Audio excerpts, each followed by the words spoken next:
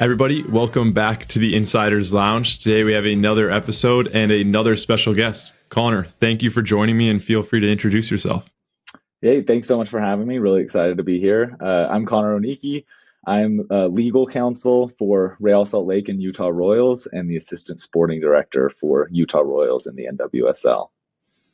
I always like to get things kickstarted off. I want your earliest soccer memory. I'd love to hear it. Yeah, that's a fun question because I was thinking through like, okay, what have been kind of the best moments? I have a really distinct memory of being just super young and I can really smell the grass. It's like the funniest thing ever. I just remember we were out in like a star pattern, just doing a passing drill. And I just remember like thinking, oh, this is so fun. And I was just out there with my friends. And for some reason that smell of the grass, we were practicing right near a fire station. And it's not like a distinctive memory, but it's just being out there practicing, playing, being out on the grass. That's probably my earliest, most like tender soccer memory. I think we had one other guest. Actually, as soon as you said that, I realized that someone else has said the smell of their grass. There's something about it. Like I remember I would always just play with my brother like in the backyard and most of the time I would be shirtless. So you're just rolling around. I remember how itchy you used to get from the grass, like how that sort of like pain behind it. But same thing, like the smell of the grass, just that joy that comes with it. I think there's something beautiful about that your mind just kind of clicks back to those memories, like we say when you're young. Absolutely. We have a 2-year-old now. And we just signed her up for soccer and we went out there and we were on the grass and like those same memories just came right back. And I was like, oh, wow, I hope that, as she keeps playing, like she'll have those same memories of just, it's such a fun time. I want to get into your childhood. Let's dive into sort of like your family dynamic. What was it like growing up as Connor? I'd love to. It's always fascinating to hear someone's kind of like where they grew up, where like their surroundings and sort of what brought them up. And I think it gives a better understanding of like, okay, here's Connor and this is why he is the way he is today. Yeah, I'm the oldest of four. I have three younger sisters. And then I had lived with both my parents growing up. I was born in Utah and then we moved to California when I was younger. And then like end of elementary school, middle school, we ended up moving back to Utah. So lived in a couple places growing up, really close with all of my siblings. My sisters and I are super close. And it was just a really great upbringing. I don't know that it was singular in any way, but it was certainly just like ideal. Like so many things were so fun. It was such I'm really close with my parents, really close with my sisters, and it was just fun. My parents are both really fun people, and I just remember there being, a lot of games, a lot of sports, a lot of singing and dancing around the house. Like it just was a really fun childhood. I think that we had high expectations from our parents that were never unreasonable, but just, you have to do the best with what you have. And so the things that you're good at, you have to choose what you want to pursue, what you want to do. But if you're going to do things, like go out and do them 100%. And I was really grateful for that because I never felt coerced into doing one thing or another. But if there were things that I myself chose, it was like, okay, like how can we like do this? Like I grew up playing basketball more than soccer. I played soccer like when I was really young, and then for some reason, when we moved back to Utah, there weren't a lot of soccer players. I guess in California, it's easy to play soccer year round. And then you move to Utah and people are like, we can play for about 3 months out of the year outside and then you're playing indoors. So people find sports like basketball to play. So I actually played basketball more growing up. But I remember like when I told my parents, like, I really want to do this. I want to, get good at this. Like both of my parents would wake up with me before school and like go and rebound for me. Like it was like, if that's what you want to do, like, let's do it, but we're going to do it 100%. And I'm just grateful. Like they weren't like necessarily huge basketball people. They weren't saying like, this is what you have to do. But once I decided that, like we went out and did it. And I couldn't be more grateful for them and their willingness to be able to do that. And I think it set me out on a good path of like, whatever I chose to do, I wanted to be able to go out and do it, the right way and to go all in. And then when we get into like, so your career goes down sort of the pathway of law and sports management, those two kind of interests themselves. Where did the inspiration come around that? Where you're like, what were your parents' careers, or like, where does the link come for you to kind of go down that route? It's certainly, so my mom was a teacher growing up or when I was younger. And then my dad is a medical informaticist, Okay, which so is no, like, nowhere yeah, near. not super connected to the law or to sports management.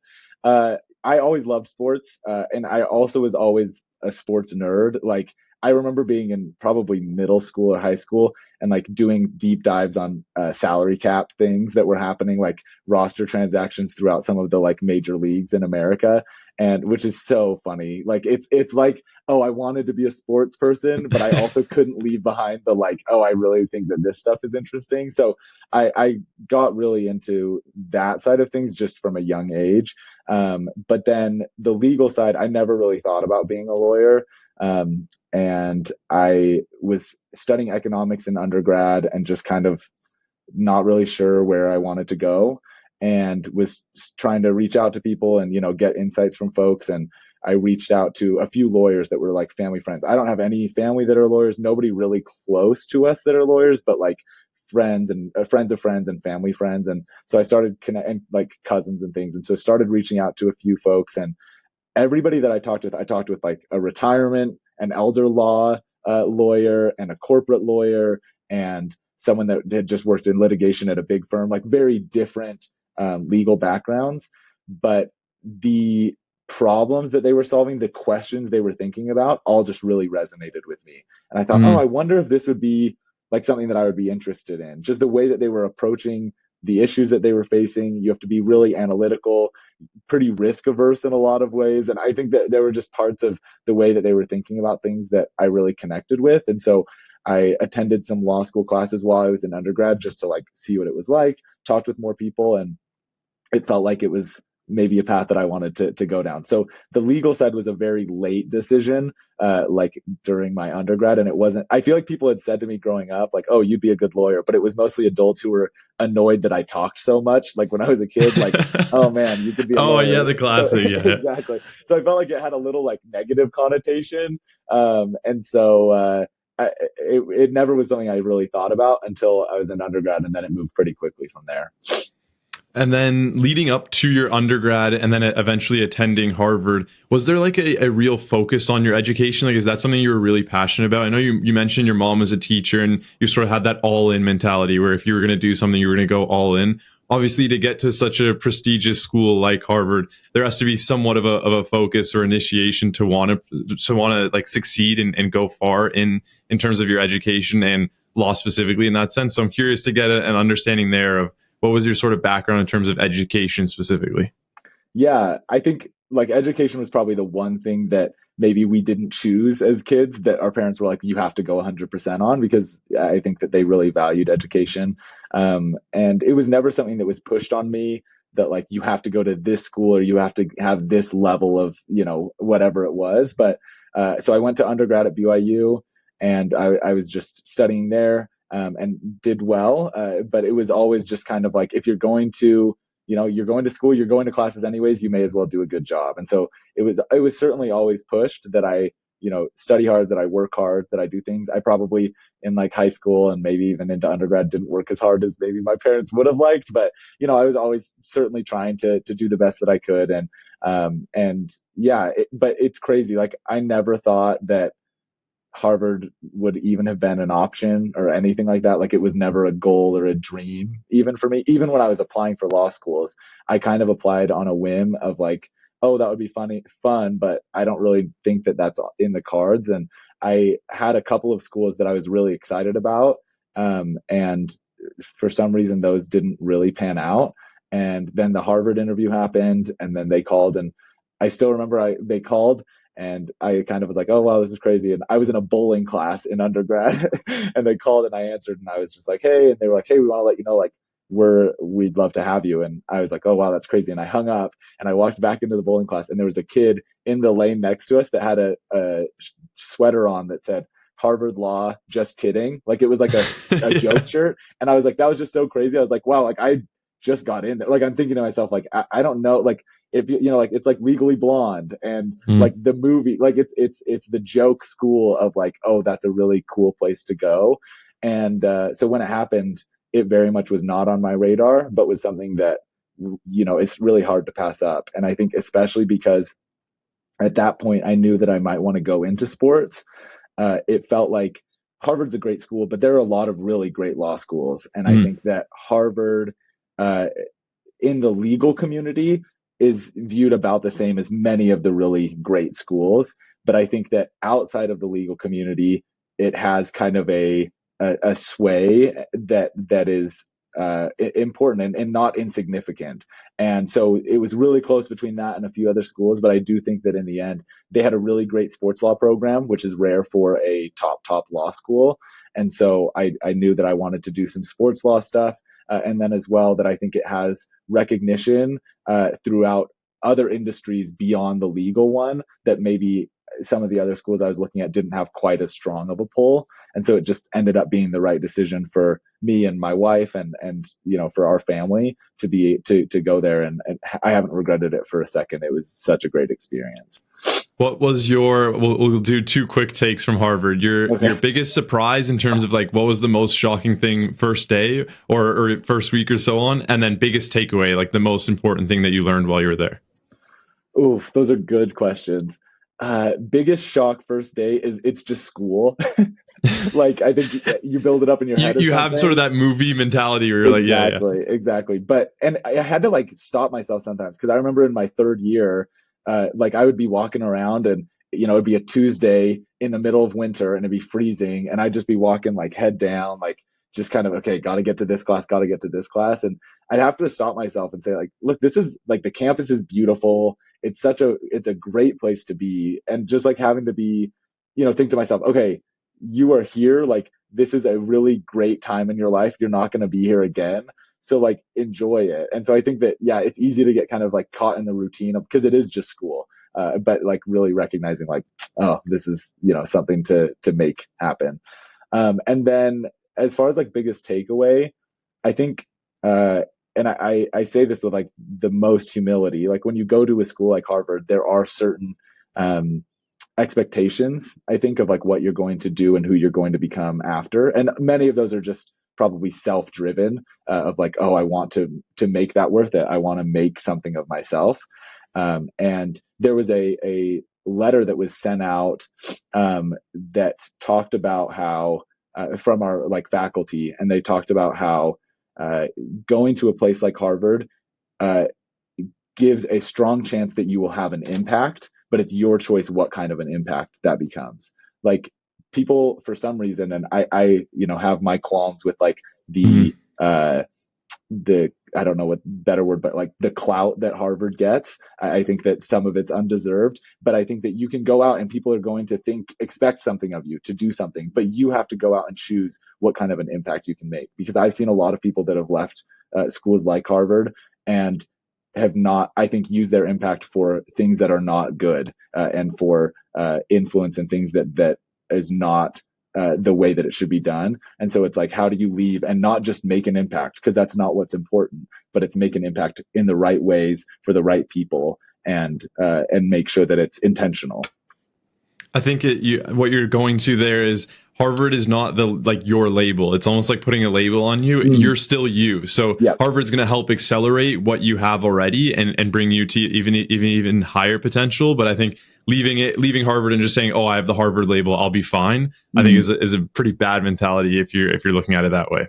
Absolutely. Like, I feel like uncomfortable talking about it sometimes. Yeah, you almost just want to like shove it down. Yeah. Right. I don't want that to be the highlight of my life. I want that to be something that has driven me to go on and become a better person and to have good impact in the lives that I interact with, the people that I interact with. But if all that it was just a cool thing to put on your resume, you've wasted it. You've squandered and that's true of any schooling, any work opportunity, anything. And that's why I'm hesitant to even say it's that. Like, it's just, that's true of life, right? Any impact you have or any experience you have shouldn't be the end all be all to the experiences and the impact that you have from there on. Yeah, well said. I want to dive into your sort of first experiences in the sports business world. It was obviously on not soccer, in basketball, in the NBA, for the Pacers as well. I'd love to hear more of why that was sort of the initial route to take, or how that actually came into place. And then we'll get into more of the soccer side and so on. Yeah, like I mentioned, I had been a really big basketball junkie kind of growing up. And so when I first got into law school, I had the chance to intern at a few different places. And really, my plan was I wanted to intern at some basketball clubs or organizations and some soccer clubs and organizations. And it just so happened that the basketball ones happened first. So I worked at the Indiana Pacers and I worked for the NBA's league office as an intern and had really an incredible time. I have mentors and people there that I still stay in touch with that have just been so influential in my life. And it was really great experience. I was working pretty solely on just the legal side in both of those roles, and really enjoyed it. But then, as we'll talk about, once I kind of got the soccer experience, it just it resonated a bit more with me and was the direction that I kind of decided to take. What was I know we said sort of biggest takeaway from Harvard, but what was the part of those internships that really prepared you for your positions now? I'm sure some of them, like, I think that's what that internship period is almost for, is to get an understanding of like, hey, this is what the industry looks like. This is what is expected from me. But now you've kind of shifted into the soccer side. So is the soccer side fairly similar to the basketball side in terms of like NBA versus NWSL and MLS? And what sort of helped prepare you for your position now? Yeah, I think working for the Pacers was very similar to working in the legal department that I'm in now. The Pacers had at the time 3 lawyers and then me as an intern. And then here we have myself and our general counsel. So we have 2 lawyers and then we have interns that come and go a little bit. But I think that's very similar. Working for a team, it's a lot smaller of a legal department. And so you're handling everything. You don't really specialize. You're very much a generalist. And so I think being able to see what everyone did at the Pacers really helped me to have a good handle on what happened when I stepped into the role with RSL and Royals.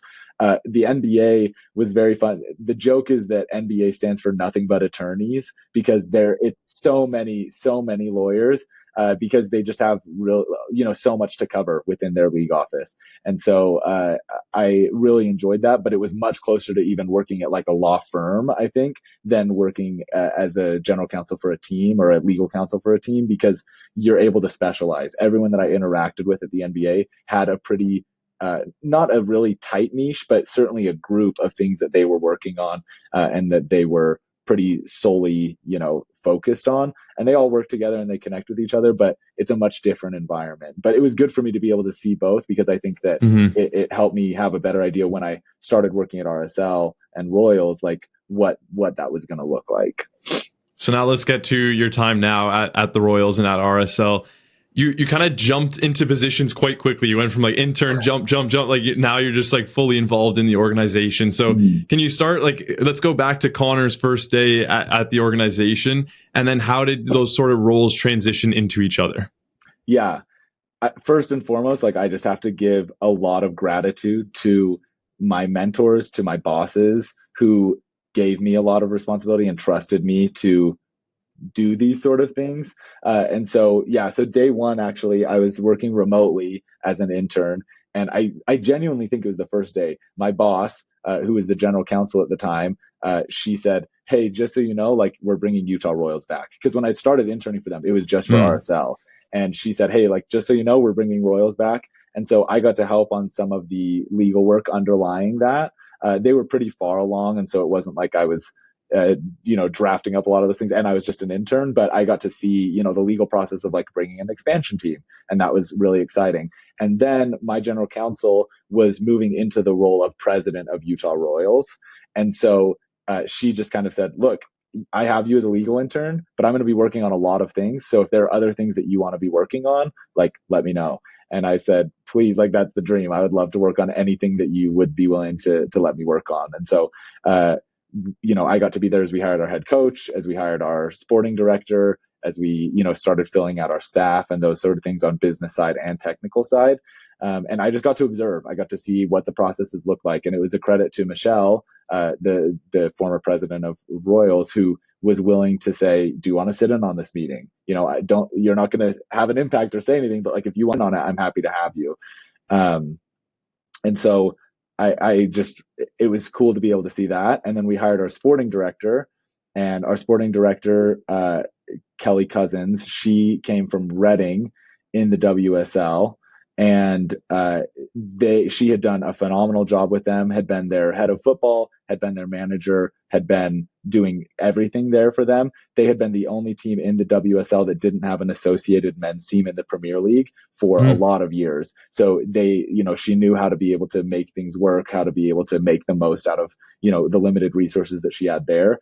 And so we figured, we want someone who can come and maximize talent, maximize resources. And so she ended up coming in, and she had, all of the football background, all of the sporting background, but she didn't know the weird NWSL and like US rules and regulations that come with being the classic like franchise model. Exactly. Yep. And like she didn't know, a lot about like a salary cap, or, she knew how to budget obviously, but not like what the salary cap looks like, and expansion drafts and college drafts, and just all of the weird rules and regulations that come along with being in the NWSL or any, major sports league in America for that matter. And that was kind of like I said, that was my bread and butter. Like those were things that I'd been interested in as a fan, and certainly things that as I'd been going through, kind of like the sports law program in law school, had helped me to be able to get a handle on. And so she kind of said, like, do you want to help a little bit with this? Like, I'd love for you to be able to give some interpretations, to be able to like provide some background on what these processes look like. And so I got to start doing that. And then, I did a good enough job there that she let me start to, have conversations with agents and with players and do some of our negotiations and contracts. And, there are a lot of things that come with being on the sporting side of a club that are pseudo legal. And so there were a lot of spaces where she said, you kind of have a background in this. Is this something that you would be interested in? And I just continued to say, yes, like, let me try, all while I was doing a lot of our legal stuff. And so then as our general counsel was moving into the role of president, we had to hire a new general counsel. And because we had a second team, she also was looking to hire a junior counsel. But she was saying, we would have loved to have a general counsel who was familiar with the club, but like, there isn't really anybody who's like worked in the club who would be able to do that. But the junior counsel, like if you were interested in that, we would like love to have you. And it was funny because I was at law school and we came out to like visit family or something here in Utah, and I was meeting up for lunch with her, and she kind of said like, oh, and then we're probably going to be looking at a junior counsel. And I said, oh, that'd be cool. Like I'd be interested in that. And she's like, oh yeah, that'd be great. And then I said, well, I'm really serious about this. And she's like, oh, I'm really serious about it too. Like we both were kind of talking around it. And then we realized like, oh, this actually might be something that could happen. And so we hired our general counsel. His name is Bob Caldwell. He was coming over from a company in Florida that did a lot of like MMA fighting. So he'd been working in-house at a sports company and came over, and he went through the interview process, talked with me. We talked a lot about kind of what I was hoping to get. I had been planning to go to a law firm at the time, but chose to, but then when I was given this offer, I was going to a law firm to hopefully eventually exit to sports. And so when I got the opportunity to work in sports immediately, it was kind of a hard one to pass up. And I talked with a lot of my mentors and friends at the law firm, and they were so supportive of me making a decision for myself and like coming to the right decision. And I had a specific conversation with one of the partners there, and he just kind of said, look, if it were any other industry, I would probably tell you to come and work at a law firm and then try to exit. But he was like, but with sports, it's just hard. You never know. Like I've known people who've been working at a firm for years and years hoping to exit to sports, and it just hasn't happened because these roles are few and far between. And so he said, if you know that this is what you want to work in and what you want to do, like I wouldn't stop you from that. And so that was really helpful for me to realize like, okay, this is what I want. This is for sure where I want to go. And so I ended up taking the role as legal counsel at the time, with kind of the hope that I would be able to continue to do more sporting side things. And then after being in the legal role for I think it was about 6 months, they said, if you want to take on this role as assistant sporting director as well, you're welcome to have that. So I've been working in both roles since then, and it's been, time of my life. Where do you get this say yes? I even wrote it down on my page, the say yes mentality. It seemed like any opportunity that came up or any opportunity you had to say, hey, yes, I'm willing to do something. I'm willing to do something. Where did that come from? Yeah, I think that I knew that my dream was to work in the sporting side, or certainly to try it. And I knew that the only way that I would be able to do that in the organization that I was at was by taking on some more because I had a job and I wanted to do that job to the best of my abilities. And so if I wanted to be able to carve more out, I was going to have to say yes. And so I just figured, like, I'm just going to take as much as they'll give me. And once I finish that, I'm going to say, is there more? Is there more? Is there more? Because I know that they're going to be really respectful to me. They're not going to like want to overstep, but I want to do this. I want to be able to give it a try. And so I think that it just comes from having a dream, and the dream was to be able to see what the sporting side looked like. And so any opportunity, even if it wasn't really exciting things, it was like, hey, can you look in the CBA and like see what kind of the rule is on, this random niche thing that doesn't feel really sporting related. It's like, what's the housing stipend on this? And it was like, yeah, I'd love to do that, because I knew that it was a pathway to be able to have greater access and greater opportunities. And so it's just about having a goal, a vision for what you want to be able to accomplish, and then recognizing that taking on more in the short term can be able to help you to get there in the long term. So it was certainly a lot. It's been a lot.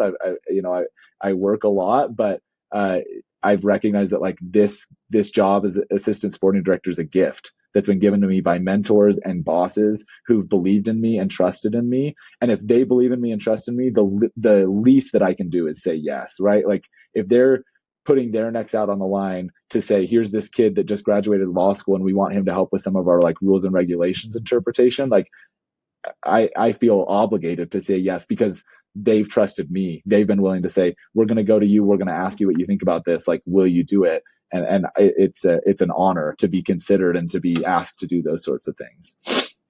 What's your opinion on luck? Because some people would say in your situation, even with what you've been able to do in terms of the working side, oh, he got lucky. He got lucky to become an assistant sporting director at such a young age. So I'm curious your opinion on luck. I think I'm very lucky. I would never dispute anyone for saying that. I think in talking with folks in the sports law industry and the sports management industry, like as I've kind of grown up, I think that everyone, because this industry is so competitive, everyone is lucky.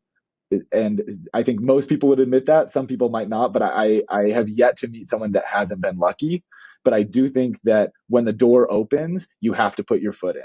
And so for me, it's about, you get lucky. The door opens or it doesn't. Some people it opens for, some people it doesn't. And you just have to kind of keep hoping that you're around when the door opens. But once it does, you have to be ready to put your foot in. And so for me, like, what came was, people said, do you want to work on this? And like, do you want to take a look at this? And I was ready because of the work that I'd done and because of the work I was willing to put in to like stick my foot in and say, yes, I'm willing to do this. Let's get going and provide good answers, create good work product and be able to accomplish things that then help me to, continue to open the door even more. But I would never dispute anyone who says that there was a lot of luck involved with the timing of me being able to step into both the legal role, like going from law school right in-house is very rare, certainly at a sports team, but to have that opportunity, I feel like there was a ton of luck involved. And then to have a sporting director and a sporting group that was, needed a little bit of a legal mind to be able to help with some of those things, that was very lucky. Like every step along the way, there has been luck involved. And it's just about making sure that once that's there, you take it, by the reins and you say, like, let's get going and start working on it.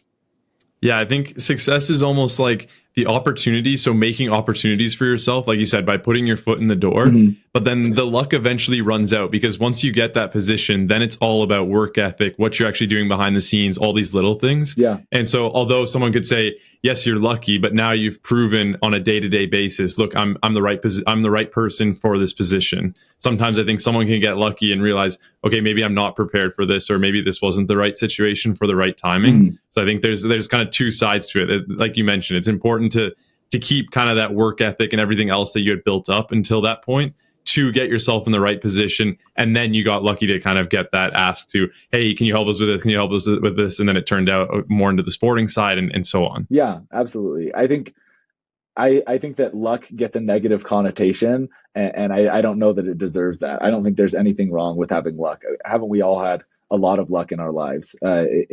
Even if I look at like where I was born and the family that I was born into, and those, like, there are just a lot of things that were random chance that I feel very grateful for, and I don't feel happened by anything that I did, but just that it happened into it. And then, I've tried to make the most with what I've had. I think that it's there's a lot of privilege associated with getting some luck. And it's that when it happens, make the most of it, because there are a lot of people that I know are trying to do the same things that I've done that haven't been able to get that would, love to have the opportunities that I've had. And so I feel like an obligation and a responsibility to make the most of it, and to not, oh man, this is so hard, or, this is so, why do bad things happen to me? Like, because the role that I'm in is the dream, and I've been able to get that because of some luck and because of some hard work.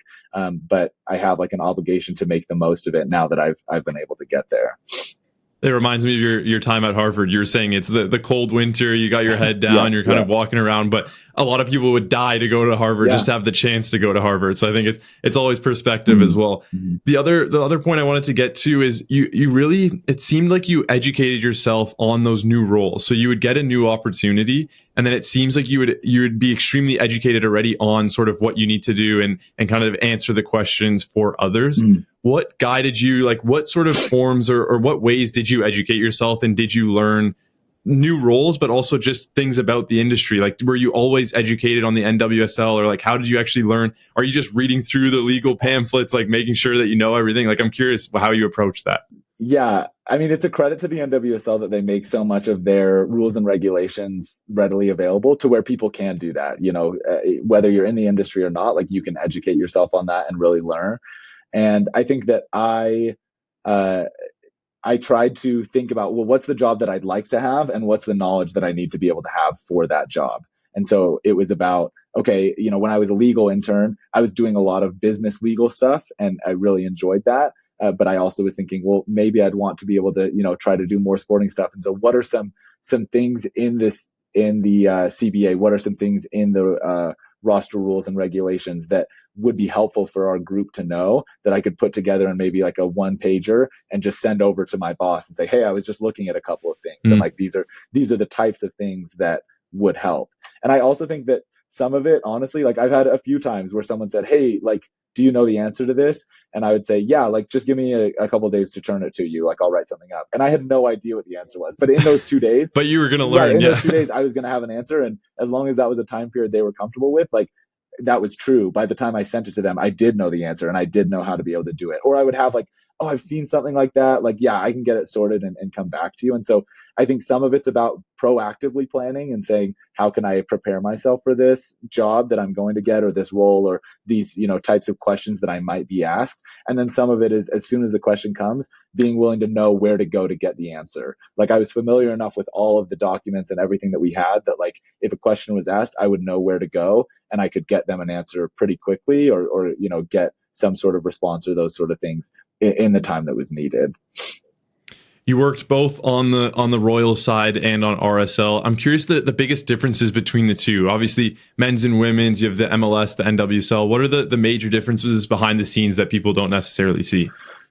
Yeah, that's a good question. I think, I can only speak to the experience that I've had. Our ownership and our club leadership have just done a phenomenal job of really making our groups work together and really making RSL and Royals feel like one club.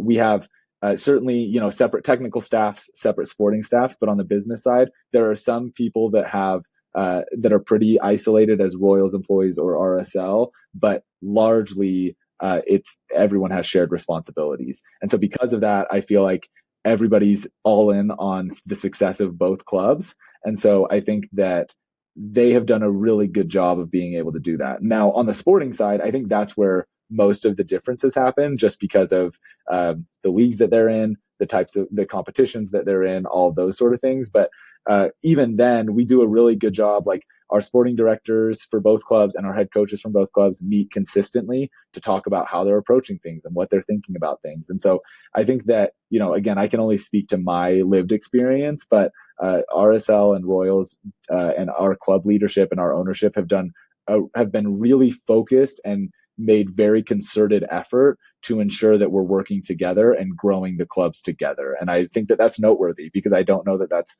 true across all leagues. And I know that it's certainly different for the teams that don't have shared ownership. I'm sure that they feel very differently about maybe if they're in shared spaces with a team that doesn't have shared ownership, like a shared arena or whatever it may be. But for us, we feel really lucky to be able to have the buy-in, from top to bottom within the club. Do you have conversations with others from either within your league or other leagues to get a better understanding of like, okay, this is maybe something we can learn from them, or this is something we're doing better than them? Like, are you having those conversations, and how are you actually learning from them, or getting a better understanding? Yeah, I think it's a credit also to the NWSL and many of those sporting groups that from the moment that we came in as an expansion team, I've told people like I could work in sports for the rest of my career and never do anything quite like what we've done here. Like going through an expansion team, creating this from scratch has been, yeah, like the privilege of a lifetime. But we've needed some help and some insight. And it's a credit to many of the GMs, many of the sporting directors throughout the league who said, hey, like, let's hop on a call. Let's not talk about like a deal. Let's not talk about, what we're trying, but let's just see like, how are you doing? Can we talk through like where you're at and where things are? And I think that many clubs have been really helpful to us. And certainly we have a relationship with every club. And I wouldn't say that anyone has been not helpful, but there are some that, have been really forthcoming and really open with us in ways that have been really meaningful and really helpful. And you're still competing, you're always competing, but it's the idea that like rising tides raise all ships. Like we as a league, we're trying to grow, and NWSL, a cool thing is like we can be the best league in the world, and so to be able to work together and make sure that every team has the right resources, has good approaches to what they're doing, I think is important for the league as a whole to be able to rise. Yeah, it's very well said.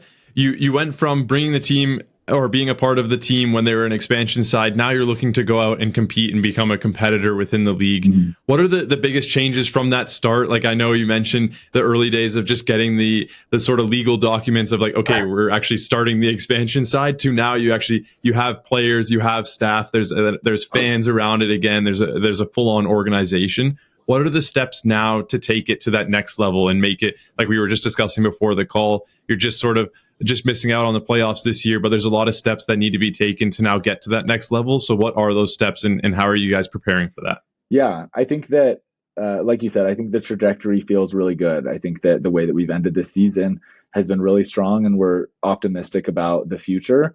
And I think that for me, in my role, it's about getting in the right players to be able to continue to build and grow from where we're at.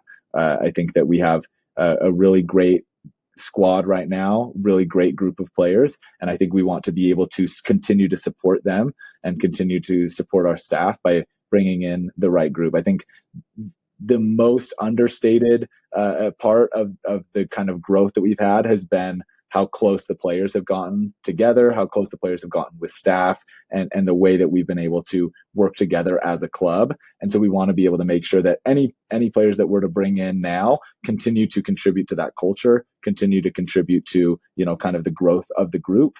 But yeah, I just think it's about making sure that we have the right personalities and then the right players to be able to continue to compete. I think that we feel, yeah, we've seen that we can compete. We've seen that we can play with the best clubs in this league, but it's just about maintaining consistency and being able to, kind of propel that into the future. You mentioned the league really focusing on kind of working together to build up as a whole and become sort of that solidified number one league in the world, mm-hmm. especially on the women's side. If you were to take a leadership role, let's say now, and we're sort of looking at the whole ecosystem of the NWSL, what are they as a whole in terms of your club as well, but everyone else doing really well? What are they doing really well at the moment? And where are some areas for rooms of improvement, sort of ways that you can adjust and maybe change the trajectory and kind of head for and keep that spot as the number one league in the world? Yeah, I think that they're doing a lot of things really well. I think that I've been really impressed with like the media deal and the way that they've gotten. I think that the league recognized that like as much as, in prior years where they've kind of been held by one entity, and so you could get all of the games, but you had to have that one specific platform. They realized that for growth, like let's get it in front of as many people as possible. And that might mean that it's going to go across a few different streaming platforms and a few different channels and those sort of things and networks. But like, let's make sure that if anyone has TV, they have a way to see an NWSL game, because once they've seen one, they're going to want to see more. And I think that I've been really impressed by the breadth of the media deal to be able to ensure that like you're picking up users and viewers and fans across all different platforms across all different networks. And so I think that they're doing a really good job of that. And I think that from a sporting side, if you look at the caliber of players that are coming into the league, I think that ownership groups and clubs are really starting to spend in smart ways. Like the transfer fee record was set by an NWSL club during this offseason, and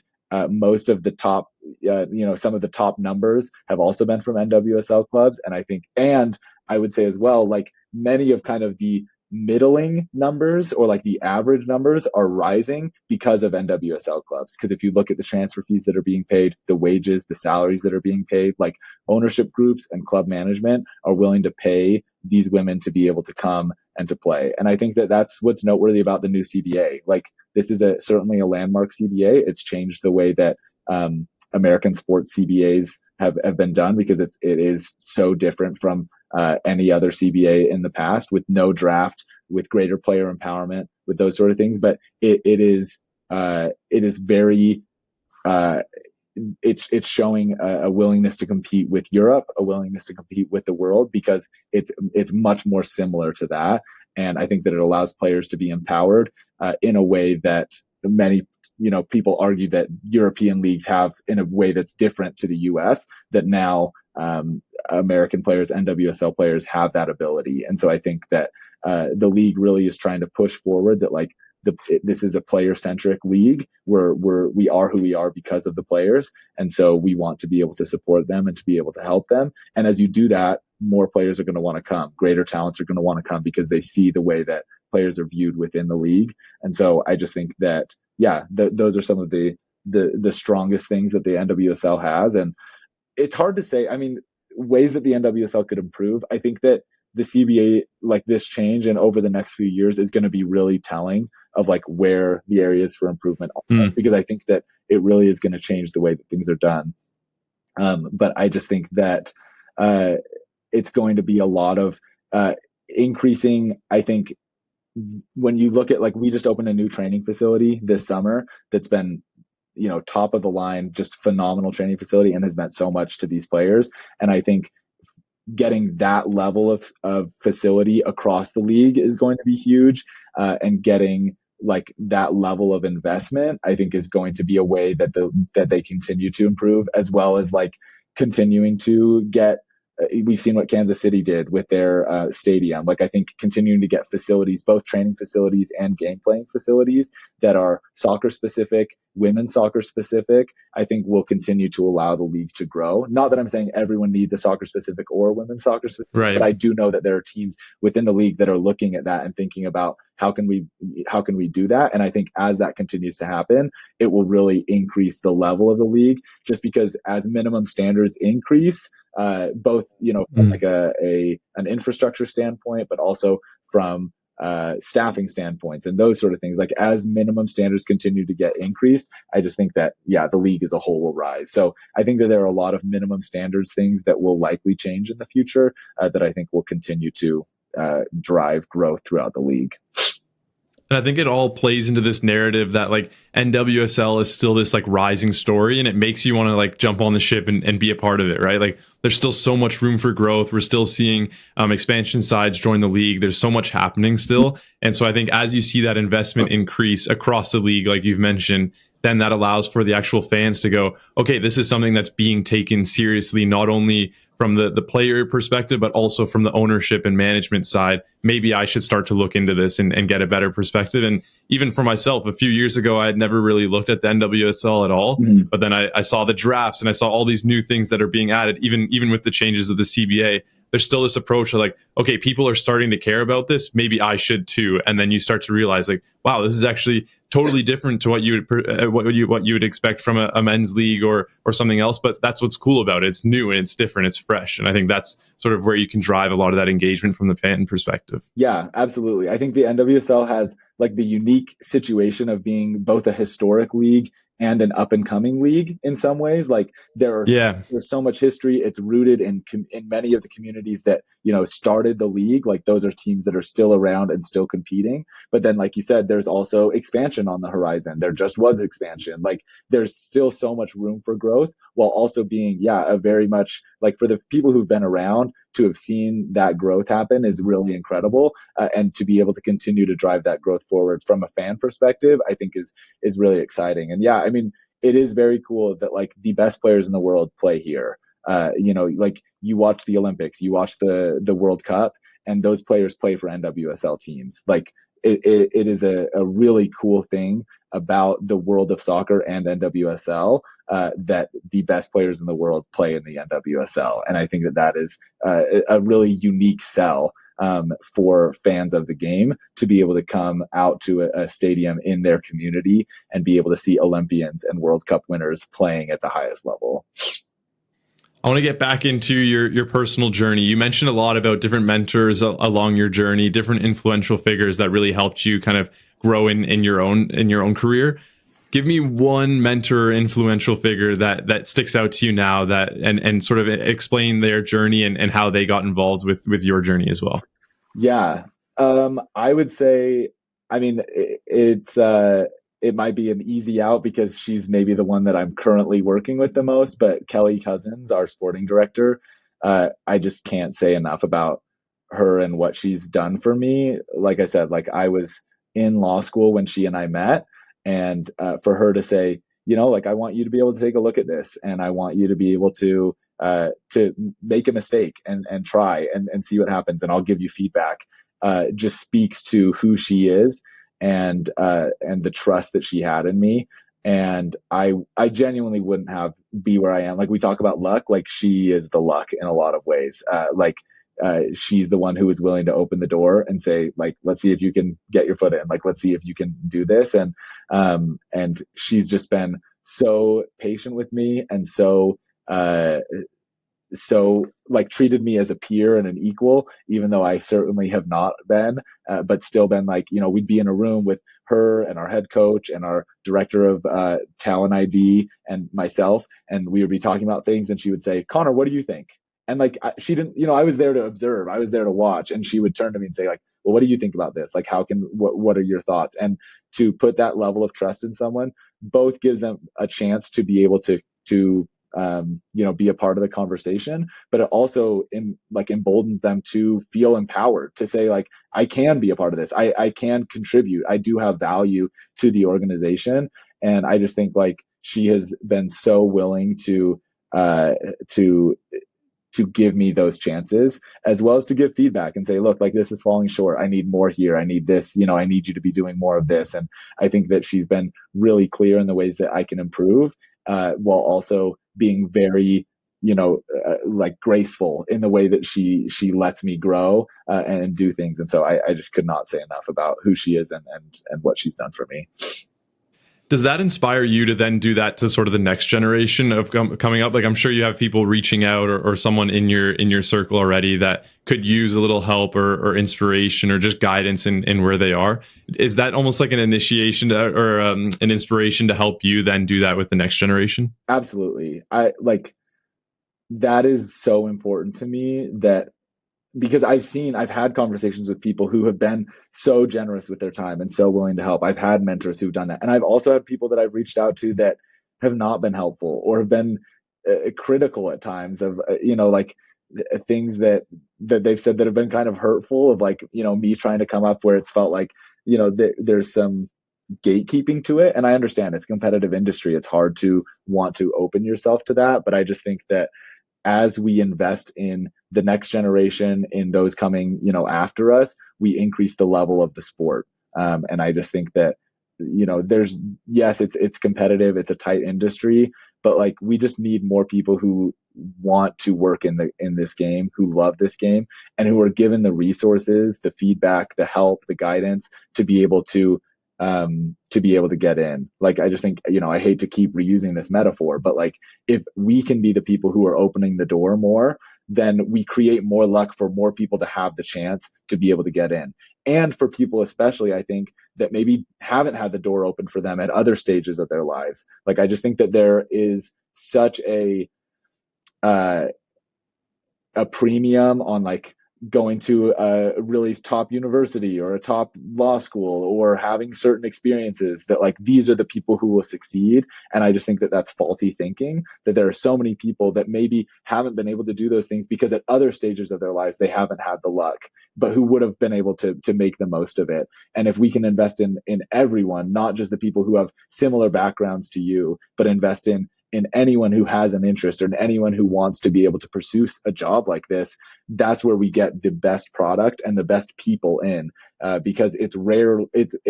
I shouldn't even say rare. It does not happen that institutions improve if we only let in the people who have the same backgrounds as us. It's just not going to happen. And so we have to look broadly at where we can be providing mentorship and where we can be providing help and guidance to be able to improve institutions, leagues, teams, groups as a whole.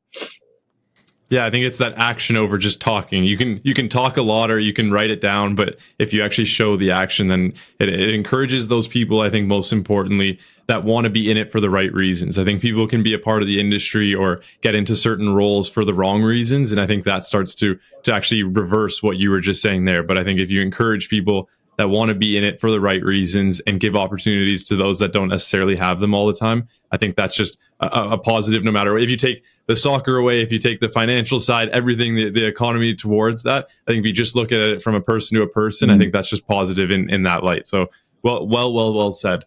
We spoke a lot about your highs throughout your career, many of the great accomplishments that you've had so far.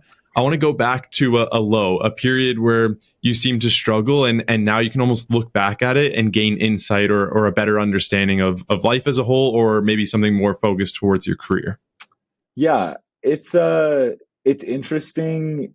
So in my life, I've played sports, I've coached sports, but I've never been in this role exactly, where you'll watch a game and you're fully invested. You know, you care so much about the outcome, but there's nothing that you can do to change what's happening on the pitch. Like every role I've ever had in sports up to this, you've been able to at least try to affect some sort of change on the pitch, on the court, wherever you were. And this has been really hard because of that. And we went through a really, really brutal stretch. We've been through some hard times, even in just this year.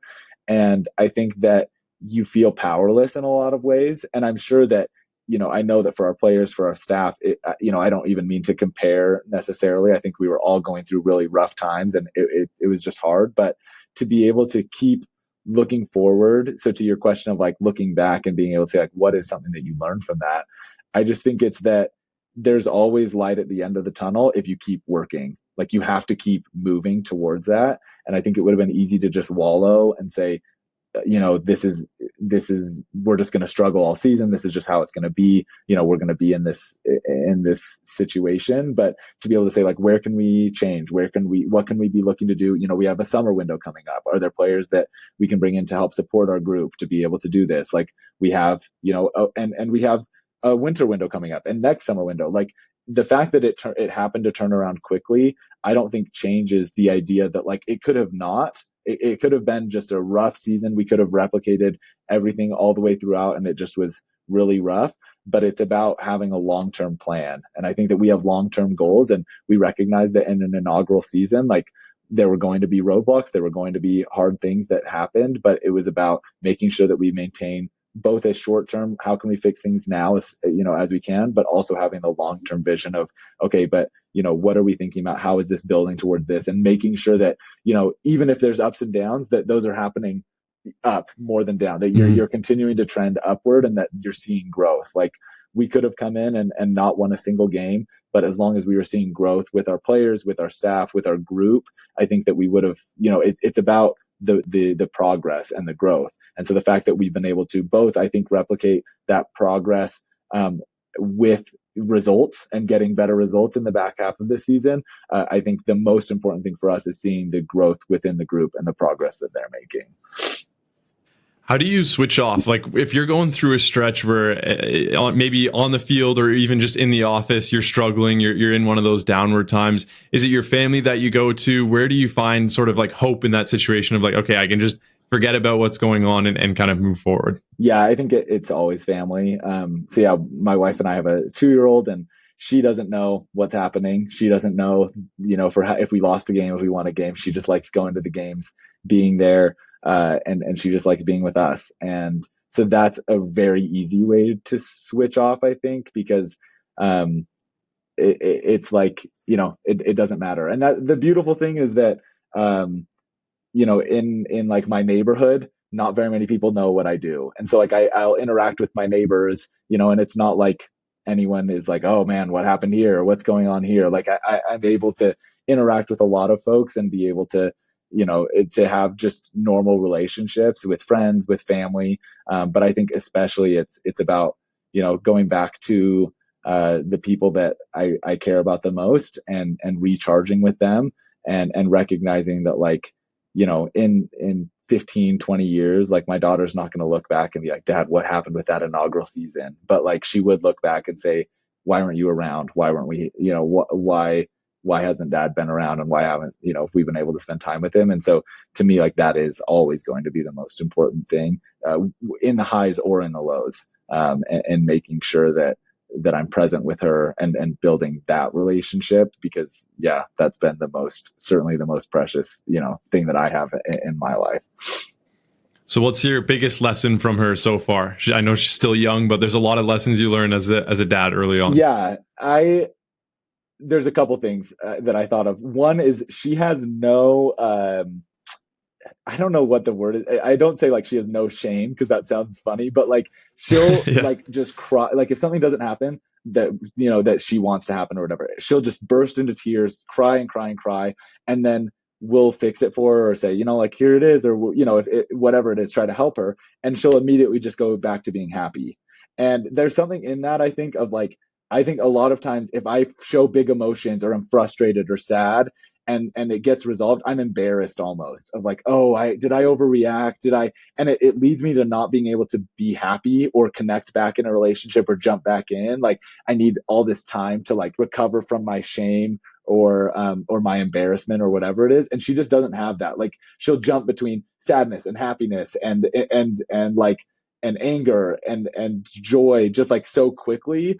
And I think that that's really nice. That like I wish I could be more like that, and I want to be more like that. Of if I make a mistake, and maybe I'm more emotional than I want, and it gets fixed, just saying like, oh, sorry about that. Like let's get back to it. Like I apologize, and like be earnest in my apology, but then just getting back to it. Or if I'm feeling sad and then something happens that fixes it, I don't have to keep being sad to be. I don't know. I just think like that's a really fun thing that she does. And then the other thing is being okay with routine. There was a stretch when she was really little. We were still living in Massachusetts, and I would wake up with her before I went to class. And she was little. She didn't talk at all. We would just go out in the morning and just like kind of play. And early on, I found myself like checking my watch. Like, okay, it's, she woke up at 7:30. I have class at 9. Like, okay, so we have like, I have an hour, and then I have to start getting ready and stuff. And it was kind of like, we're not really doing anything. Like, this is just how it is. So like, let's just, and it felt like as I was checking the watch, I was not only checking for that hour, but I was thinking like, how long is she going to be in this stage? Like, when can she start talking? When can we start doing things? Like, this just feels so like, and I think that it took a little while for me to realize like routine is okay. Like doing the same thing every day, being present with her for an hour in the morning, is something that you may never be able to do again once she gets out of this stage. And so how can you be really present and really intentional with this time? Like the hour is going to pass whether you're checking your watch or not. The hour is going to pass. And so why not be present? Why not be with her, and build blocks with her, and, and look at books with her, and do things, even if she's not always interested in it, and not always, but just like be present for this hour. And I can say like that it doesn't happen as much anymore. Already we're like a year away from that, or a year and a half or whatever. And like there are less mornings where she wakes up at that time, and I have an hour in the morning to be able to spend with her before I head off. There are other times, but I find myself now being like, there are other routines that I'm like sometimes feel anxiety around like, okay, when is this going to be over? When is this going to be over? And instead of always looking to that next thing, to that next hour, to that next phase, like being very intentional and present is something that I've really learned with her. So you spoke on how she'll probably forget the inaugural season if you guys are having a conversation in many years to come. Yeah. If we zoom, let's say like 20 years ahead or even longer, and you look back at your career now, what is the legacy you want to leave behind? Like, what do you want people to know you for? I think that this just made me think, there's a quote from The Green Knight, which is just one of my favorite movies. If you follow me on Letterboxd, it's one of my 4 favorites. But in it, he's this knight, and he wants to go on this big journey because he wants to be revered, and he wants a legacy. And he's talking with his girlfriend, and she says to him, he's talking about, like, she's saying, like, why do you have to go? Like, why do you have to do this? It's so dangerous. And he says something about greatness. And she says, why greatness? Is goodness not enough? And I really love that like, I think sometimes in my pursuit of legacy, I'm so concerned about greatness, about what we're doing on the pitch, about who looks at me and says, oh, wow, he did a great job, helping with this team and doing these things. But more than anything, I just want people to look back and say, like, he was good. He was a good person who treated people with kindness and empathy and being genuine. Like, that is, to me, the legacy that I want to leave behind. I just think that, you look at 20 years, but then 40 years, 50 years, no one's going to remember the records that you had, except probably yourself. But people are going to remember the way that you treated them, and the way that you interacted with them, and the way that you made them feel, and the way that they felt when they were with you. And I always want that to be the lasting impact that I have, individually and collectively. Goodness over greatness. I love that. I've never heard that before. Yeah. The last one here, if you could sit down with one person for a meal, past or present, who would it be and why? Oh man, that is such a hard one. You can add a few if you need to. Okay. I know some people have to cover like different relationships. Okay. I would say Brian Stevenson, who's a lawyer and an author that just has really impacted my life. He was actually a huge when I first was looking at being a lawyer. He just has he's big in social justice work, and the way that he treats individuals and the way that he treats life in general is just so admirable. And I would love to be able to talk with him about his life. And the other person is my grandpa. My dad's dad passed away before I was born, and he's someone that I've always really looked up to for the life that he lived. He lived as a Japanese American man in post-World War II America, and being able to talk with my grandma, who also was a Japanese American woman, and learning her story, and those, like, I just am so impacted by the people that they were and the things that they did. And I would love to talk with him about, the life that he lived and the life that he created, where he came from, that he created for his kids, that his son, my dad, was eventually able to create for me. Like we talked about, I feel like I come from a very privileged and like lucky lifestyle, but a lot of that was driven because of the people that came before me, including my grandpa. So I would say those would be two that really stand out to me.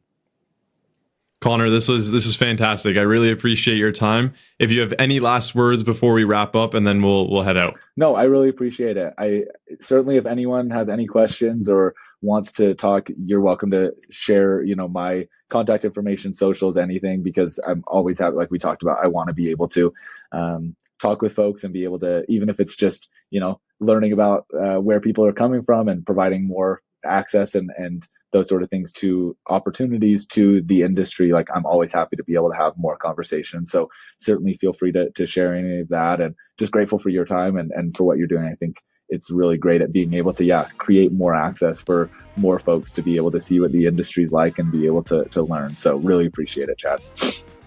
No, thanks again. And we'll speak soon. Sounds good. Thanks so much.